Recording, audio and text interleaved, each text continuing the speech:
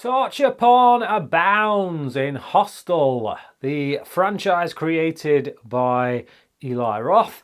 This is the first of his two Hostel films. They did do a third one, he didn't direct it, but yeah, I remember when this came out, around the time that Saw came out. Saw came out first, didn't it? And then this kind of rode on the coattails of that, and yeah, torture porn was officially a thing. I saw this kind of in bits at the cinema, never in like one sitting. I worked as a projectionist in a cinema at the time that this came out, and I caught bits of it, enough to kind of have an opinion of it. I think that it was really something I didn't want to see, but given something that's coming up, I've kind of forced myself to have to watch this now, and it's two sequels. There's some surprises in this film. Coming to it afresh after all these years, nearly 20 years actually. It's like 18 years. Man, that makes me feel so old. Coming to it after that length of time and having the expectation of it that I did from the bits I'd previously seen, I was surprised by how little torture porn there was in this. And I don't know if that's a good thing,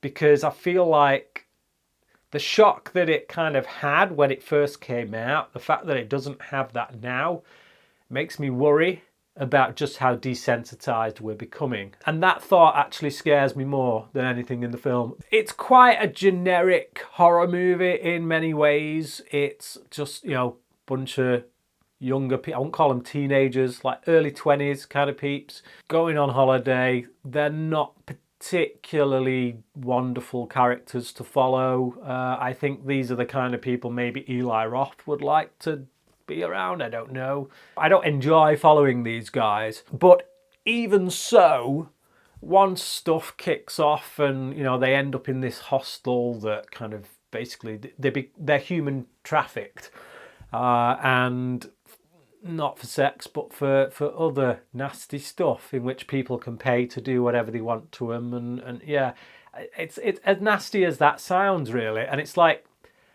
I don't get somebody wanting to watch that as a concept. As someone who has done a fair bit of research into human trafficking and the recent kind of success of a film like Sound of Freedom, it is a bit of a hot button topic. So I do feel like it's worth pointing out that there are a lot of things in this film that, while excessive and while clearly done through a Hollywood lens, there's a lot of stuff that's quite accurate with regards to how the process of trafficking human beings is done.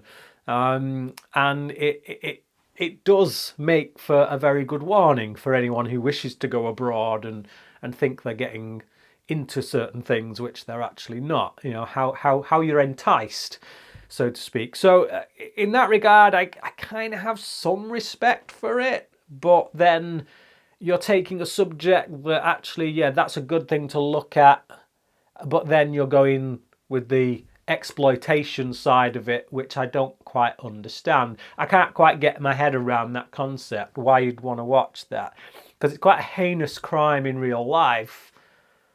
So now we're making a Hollywood movie out of it for entertainment purposes, that doesn't really shed a light on the issue as much as it does glorify or take joy in the gory aspects of that issue. So the whole time I'm watching it, I'm kind of seesawing on this fence of total disgust and, oh yeah, that's kind of interesting in a factual kind of way. So yeah, it just makes me feel awkward. Beyond that, there's not a right lot to offer. You if you know the concept, you kind of know what you're coming in for, and if you want that, then great. If not, then like me, you're going to be sat there going, who's watching this and enjoying it? There is a whole section towards the end of the film that kind of becomes this almost wish fulfillment of, the victim kind of turning the tables and taking out those who oppressed him. And while a little bit of that would have been nice, it would have been cathartic after what we were forced to go through, it really stretches it with the fact that this guy ends up taking out practically everyone that, even in the smallest of ways, had something to do with his pain and the death of his friends. And it stretches credibility beyond even the likes of a Hollywood exploitation flick, where I'm just like, okay, yeah, I'm kind of out now. I'm just not buying any of this. Like, there's one particular scene where, by sheer happenstance, he sees some of these people who are responsible for his abduction, and he mows them down in a car. And I'm kind of like, right, okay, yeah, like, you know, if you saw them in the street like that, I get that. He would do that, boom. But the fact that he's already taken out a bunch of these clowns, and then after this he goes on to take out another one on a train, we're just lining up these skittles for him to take down, and it's like, would this actually happen? No, not even close. Like, while these characters are not people I would like to particularly hang out with in real life, they're not people that I necessarily want to see have this kind of torture done to him. I wouldn't want to see anyone have this kind of torture done to him. But at least, you know, with the Saw franchise, that plays on the idea of crime and punishment. You know, it's the age-old idea that what you do comes back to get you. And like, there's something about that in a twisted way that I can watch it and deal with the ramifications of everything that's going on. Whereas here, okay, we're taking a bunch of people that don't really deserve any of this, and now you're asking me to watch them be punished in a way that I don't get it, really. It's not for me.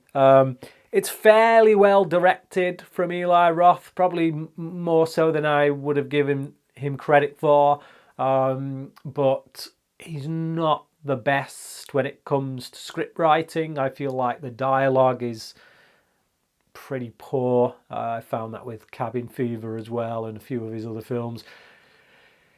So yeah, you know, from a technical standpoint, it's kind of well made, and there's things in there that I feel like kind of bring light to the real issues, but then that's all dampened and squished by the exploitation side of it. So yeah, it's a bit of a hot mess, really, and I'm going to give it a 2.5 out of 5. But I know there's an audience for this, certainly enough that it got a sequel, 2 sequels. So yeah, your thoughts on Hostel? Leave them down below. Thank you for watching this video, and until next time, cracking.